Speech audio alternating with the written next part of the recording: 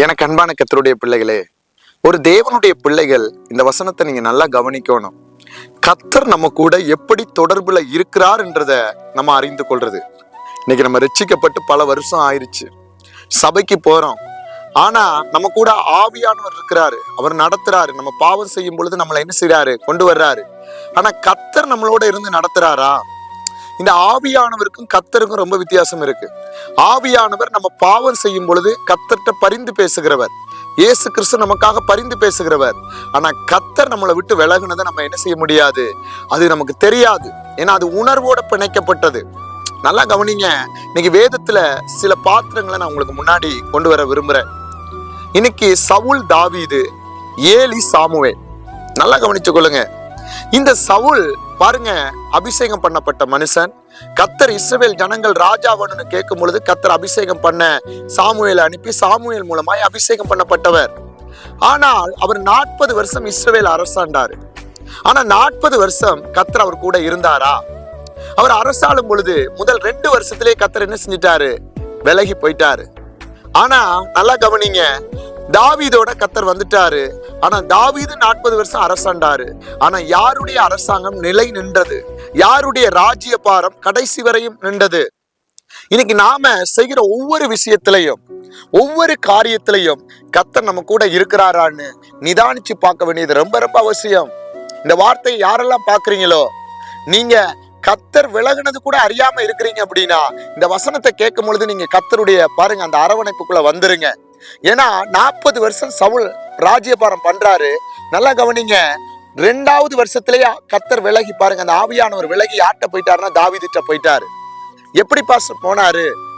சவுல் செய்த சின்ன சின்ன விஷயங்கள், கீழ்ப்படியாம போனது, தேவனுக்கு துக்கம் உண்டாக்குனது, தேவனை கஷ்டப்படுத்தினது, அது போல பெலிஸ்தியருக்கும் இந்த பாருங்க இஸ்ரவேல் அந்த ஜனங்களுக்கு யுத்தம் வரும் பொழுது உடன்படிக்கப்பட்டு பாருங்க, அதான் கர்த்தருடைய வார்த்தையை அவன் அங்கீகரியாம போறான். அதத்தான் 1 சாமுவேலுக்கு எழுதின புஸ்தகம் 14வது அதிகாரம் பாருங்க 19, 20 பாத்தீங்கன்னா, இப்படி சவுல் ஆசாரியனுடைய பேசுகையில் பெலிஸ்தியரின் பாளையத்தில் உண்டான கலகம் வர வர அதிகரித்தது. அப்பொழுது சவுல் ஆசாரியனை பார்த்து, நல்லா கவனிங்க, இருக்கட்டும் என்றான். என்னத்தை? உடன்படிக்கப்பட்டிய. நீங்க 18, 19, 20 பார்த்தாங்க, பார்க்கலாம். உடன்படிக்கப்பட்டிய அன்னைக்கு இஸ்ரவேல் ஜனங்கள்ட்ட இருக்கு. இவன் யுத்தத்துல ஜனங்களை பார்த்த உடனே பாருங்க, அந்த ராணுவங்களை பார்த்த உடனே, யுத்தம் பண்ற பாருங்க அந்த ஜனங்களை பெலிஸ்தியரை பார்த்த உடனே இவன் உடன்படிக்கப்பட்டிய மறந்துட்டான். இன்னைக்கு நம்முடைய வாழ்க்கையில இருக்கிற சூழ்நிலையை பார்க்க கூடாது, நீ அகப்பட்டிருக்கிற நிலைமையை பார்க்க கூடாது. உனக்குள்ள இருக்கிறவர் யார்? உன்னோடு யுத்தத்தை நடத்துகிறவர் யார்? ஏன்னா சவுல் நினைக்கிறான், இந்த உடன்படிக்கப்பட்டு இருந்தா நான் போய் யுத்தத்துல பெலிஸ்தியரை ஜெயிச்சிடலான்னு. ஆனா அவனுக்கு தெரியல, உடன்படிக்கப்பட்டு கூட வந்தா தான் பெலிஸ்தியரை முறியடிக்க முடியும்னு. ஆனா இதுல தாவீது நல்லா கவனமா இருக்கிறார் பாருங்க. நீங்க அதே 1 சாமுவேல் நல்லா 18வது அதிகாரத்துல பாத்தீங்கன்னா நல்லா கவனிச்சு கொள்ளுங்க. அதுல அழகா சொல்றாரு பாருங்க, 12, 13, 14, 15 கர்த்தர் தாவீதோட இருக்கிறார் என்றும் தன்னை விட்டு விலகி போனார் என்றும் சவுல் கண்டு தாவீதுக்கு பயந்து அவனை தன்னை விட்டு அப்புறப்படுத்தி அவனை 1000 பேருக்கு அதிபதியாக வைத்தான். அப்படியே அவன் ஜனத்திற்கு முன்பாக போக்கும் வரத்துமாய் இருந்தான். தாவீது தன் செய்கைகளில் எல்லாம் புத்திமானாய் நடந்தான். கர்த்தர் அவனோடு கூட இருந்தார். அவன் மகா புத்திமானாய் நடக்கிறதை சவுல் கண்டு அவனுக்கு பயந்திருந்தான். நல்லா கவனிங்க, தாவீதுக்கு தெரியும், ஆவியானவர் எனக்குள்ள வந்துட்டாருன்னா என்னுடைய எல்லா காரியத்திலையும் எப்படி இருக்கும், ஒரு நேர்த்தி இருக்கும், அது போல ஒரு பயம் இருக்கும். ஆனா சவுலுக்கு அது இல்லை, ஏன்னா ஆவியானவர் விலகிட்டாரு. இன்னைக்கு உங்க வாழ்க்கையில கூட நீங்க ஆவியானவரோட நடக்கிறீங்களா? கர்த்தர் உங்க கூட இருக்கிறாரா? காரியத்தை வாய்க்க பண்றாரா? நிதானிச்சு பாருங்க.